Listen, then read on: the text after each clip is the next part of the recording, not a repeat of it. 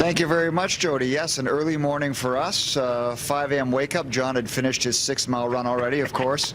Yes. Roberto Luongo is gone, but let's talk about Kesler first. That's the big name that's out there as far as the Canucks are concerned. Do you think he will be moved today?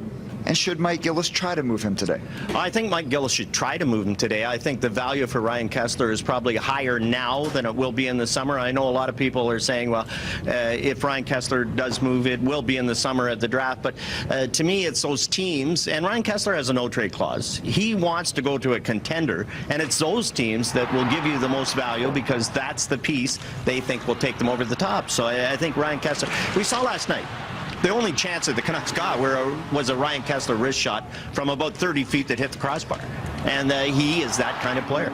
Perhaps more teams can get in the bidding, though, in the summer?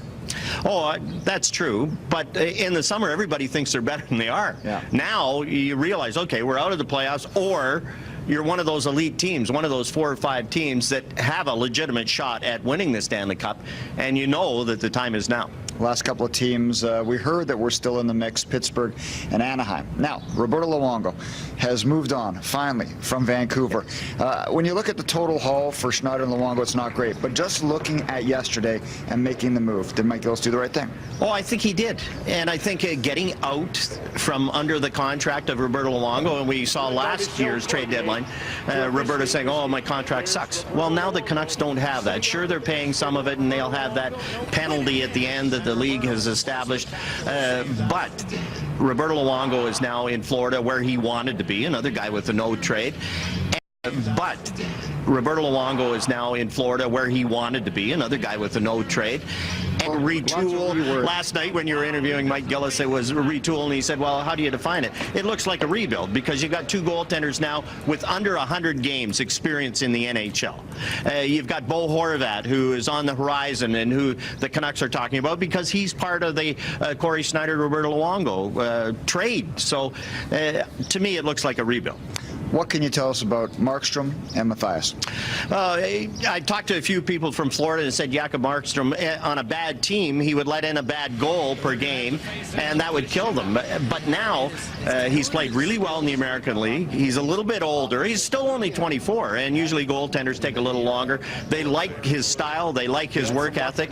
And Sean Mathias is one of those guys that potential. People who saw him play in Belleville, and that was a few years ago, but he was dominant. 6'4", 220. Big, strong centerman, and he has that potential. Can play center, can play wing, kills penalties, and takes faceoffs.